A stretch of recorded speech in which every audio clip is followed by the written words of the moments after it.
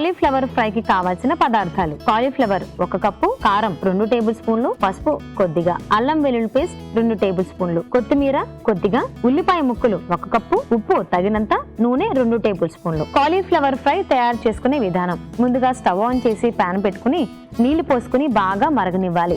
మరిగిన తర్వాత stove off చేసుకుని ఈ కాలీఫ్లవర్ ముక్కల్ని అందులో వేసుకుని మూత పెట్టుకోవాలి. 2 నిమిషాలు ఆగిన తర్వాత ఈ కాలీఫ్లవర్ ముక్కల్ని చల్లటి నీటిలో వేసుకుని పక్కన పెట్టుకోవాలి. తర్వాత పాన్ లో నూనె వేసుకుని అందులో ఉల్లిపాయ ముక్కలు, కొద్దిగా అల్లం వెల్లుల్లి పేస్ట్, తర్వాత కాలీఫ్లవర్ ముక్కలు, పసుపు, కారం వేసి కలుపుకొని సర్వింగ్ బౌల్ లోకి తీసుకుని కొత్తిమీరతో గార్నిష్ చేసుకుంటే కాలీఫ్లవర్ ఫ్రై రెడీ.